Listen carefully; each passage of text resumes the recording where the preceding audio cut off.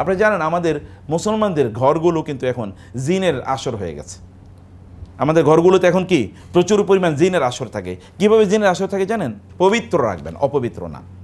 পবিত্রতা কিন্তু দুই প্রকার আপনারা জানেন। একরকম পবিত্রতা হচ্ছে স্পিরিচুয়াল, আর একটা পবিত্র কি ফিজিক্যাল। অর্থাৎ একটা হলো শারীরিক পবিত্রতা, আর একটা হলো কি আধ্যাত্মিক পবিত্রতা, আত্মিক পবিত্রতা। আত্মিক পবিত্রতা ইজ মোর ইম্পর্টেন্ট দেন শারীরিক পবিত্রতা।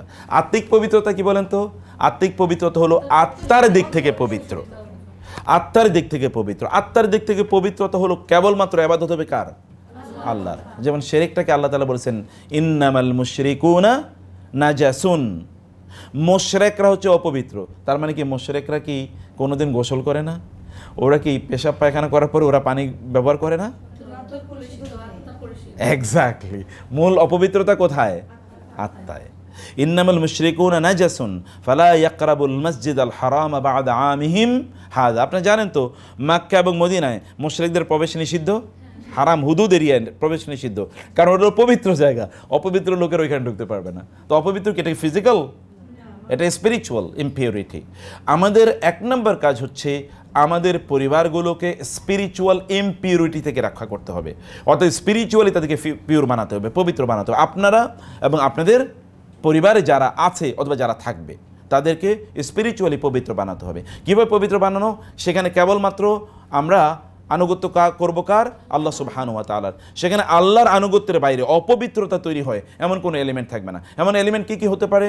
এমন এলিমেন্ট হতে পারে সেখানে শিরক হওয়া, এমন এলিমেন্ট হতে পারে সেখানে বেদাত হওয়া, এমন এলিমেন্ট হতে পারে সেখানে কুফরি কোনো কার্যকলাপ সংগঠিত হওয়া, এমনকি সেখানে একটা টেলিভিশন, যে টেলিভিশনে ভিন দেশি সিরিয়াল অথবা সিনেমা চলে অথবা গান চলে, এমন কোনো রেডিও বা ট্রানজিস্টর, অথবা ধরেন এমন কোনো আপনার ডিভাইস, যে ডিভাইসে ইউটিউবে সেখানে কি অশ্লীল কোনো, অথবা ধরেন আপনি এমনি বসে নাটক, অশ্লীল না শিলি কোনো নাটক দেখলেন, শিল নাটকের মধ্যে পুরুষের চরিত্র আছে, আপনার তো সেটা দেখা যায় নাই অপ্রয়োজনে, এখানে আপনার শেখার কি আছে?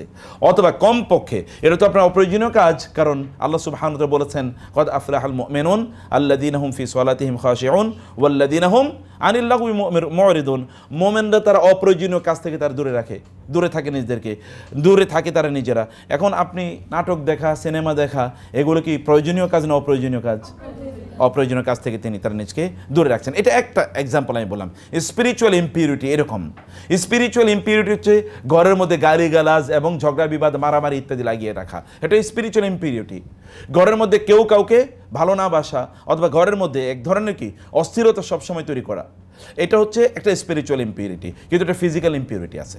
ফিজিক্যাল ইমপিউরিটি কি? এটাকে অপরিচ্ছন্ন রাখা। আপনারা জানেন আমাদের মুসলমানদের ঘরগুলো কিন্তু এখন জিনের আসর হয়ে গেছে। আমাদের ঘরগুলোতে এখন কি প্রচুর পরিমাণ জিনের আসর থাকে। কিভাবে জিনের আসর থাকে জানেন? কারণ হচ্ছে আমাদের টয়লেটগুলো কি পরিষ্কার পরিচ্ছন্ন থাকে না, অথবা আমাদের ঘরগুলোতে আমরা পরিষ্কার পরিচ্ছন্ন করে রাখি না। পরিষ্কার পরিচ্ছন্নতা কি ইমানের অংশ নাকি? ইমানের অংশ না? পরিষ্কার পরিচ্ছন্নতা ইমানের অংশ। একজন মুমিন কি কোনোদিন অপবিত্র থাকতে পারে বলেন? একজন মুমিন কোনোদিন অপবিত্র থাকতে পারে না। একজন মুমিনের জন্য পবিত্রতা হচ্ছে অপরিহার্য। যখনই তিনি অপবিত্র হন তখনই কি তাকে দ্রুত পবিত্র হয়ে যেতে হয়। যখনই তিনি অপবিত্র তখনই তাকে দ্রুত, যখনই সময় আসে তখন তাকে দ্রুত পবিত্র হয়ে যেতে হয়। তখন যেমন ধরেন আপনার পবিত্র হওয়ার কথা হলো এখন, কিন্তু আপনি বলেন আচ্ছা ঠিক আছে 5 ঘন্টা পরে আমি পবিত্র হব, এটা মুসলমানের জন্য জায়েজ নাই। আপনার এখনই পবিত্রতার সময় হয়ে গেছে, এখনই আপনাকে পবিত্রতা অর্জন করতে হবে। আপনার যেমন মানে আর অপবিত্রতা আরেকটা জিনিস বলি, বা আমাদের কেন ঘর বাড়িগুলো কেন জিনের আসরে পরিণত হয়ে যায়? জিন এই কারণে যে ধরেন আমরা যে খাওয়া দাওয়া করছি, খাওয়া দাওয়া করার পর আমাদের প্লেটগুলো, এই প্লেটগুলোকে আমরা কী করছি? এগুলোকে ওই অবস্থায় আমরা না ধুয়ে রেখে দিচ্ছি। এটা কিন্তু জিন এখানে আসার একটা কারণ। ধরেন আপনি গোশত খেয়েছেন, মাংস খেয়েছেন, হাড়গুলো, অথবা মাছ খেয়েছেন কি তার কাঁটাগুলো, এগুলোকে উন্মুক্ত জায়গায় ফেলে দিলেন। এগুলো কার খাবার বলেন তো? জিনের খাবার। তাহলে জিনকে তো আপনি ইনভাইট করতেছেন, তুমি আসো আমি তোমার জন্য খাবার রেখে দিলাম। অথচ এগুলো কি করে রাখা দরকার ছিল? ঢেকে রাখা দরকার ছিল। আর লাইটগুলো সব বন্ধ করে রেখে তারপরে ঘুমানোর কথা ছিল, কিন্তু আমরা তো লাইট বন্ধ করে ঘুমাই না, লাইট জ্বালিয়ে রেখে আমরা ঘুমাই। খাদ্য এবং পানীয় সব ঢেকে রেখে তারপরে ঘুমানোর কথা ছিল। যে সকল জামা কাপড়গুলো ময়লা আবর্জনা এগুলো ঢেকে রাখার কথা ছিল, অথবা দ্রুত এগুলো ধুয়ে ফেলা দরকার ছিল। আমাদের টয়লেটগুলো ঢেকে রাখা দরকার ছিল ঢাকনা দিয়ে, কিন্তু আমরা এখন হাই কমোড ব্যবহার করি। টয়লেটগুলো কি ঢাকনা দিয়ে থাকে না, এগুলো উন্মুক্ত থাকে বলেন তো? অধিকাংশ বাসায় উন্মুক্ত থাকে, লোকেরা বুঝেই না যে এটাকে ঢেকে রাখতে হয়। তো শয়তান তো এখানে থাকে। আমরা যখন টয়লেটে ঢুকি তখন কী দোয়া পড়ি? আল্লাহুম্মা ইন্নী মিনাল খুবসি ওয়াল খাবাইস। খুবসি ওয়াল খাবাইস মানে কি জানেন? বাংলা যে বলে খবিশ, খবিশ টাইপের জিন থাকে। জিনদের মধ্যে ভালো নাই আছে কিনা, কিন্তু সবচেয়ে নিকৃষ্ট যেগুলো ওগুলো থাকে কোথায়? টয়লেটে। তাহলে আমরা ওই টয়লেট যখন খোলা রাখি, আবার টয়লেটে যখন যাই তখন আমাদের কি থাকে না? জুতা থাকে না। তো জুতা না থাকার কারণে আপনি তো অপবিত্রতা নিয়ে ঘরের মধ্যে প্রবেশ করলেন, পুরো ঘর আপনি অপবিত্র করে ফেললেন। তাহলে একজন মুসলিমের তিনি টয়লেটে যাওয়ার পরে তিনি কি করবেন? তিনি ওইখানে একটা জুতা তিনি ব্যবহার করবেন, অথবা তিনি ওইখান থেকে যখন বের হন তখন কি তিনি পবিত্র হয়ে বের হবেন। কীভাবে পবিত্র হয়ে বের হতে হয়? অজু করে বের হবেন। আপনাদের এটা আপনাদের নিজেদের এটা চরিত্রের অংশ বানাতে হবে, যেন আপনাদের সন্তানরা পরবর্তীতে ওরা বুঝে। আপনি বলতে পারেন এই তুমি কেন অজু করে বের হলে না? এটা আপনার নিজের যদি তৈরি না হয় তাহলে আপনি তো বলতে পারবেন আপনার পরবর্তী প্রজন্মকে।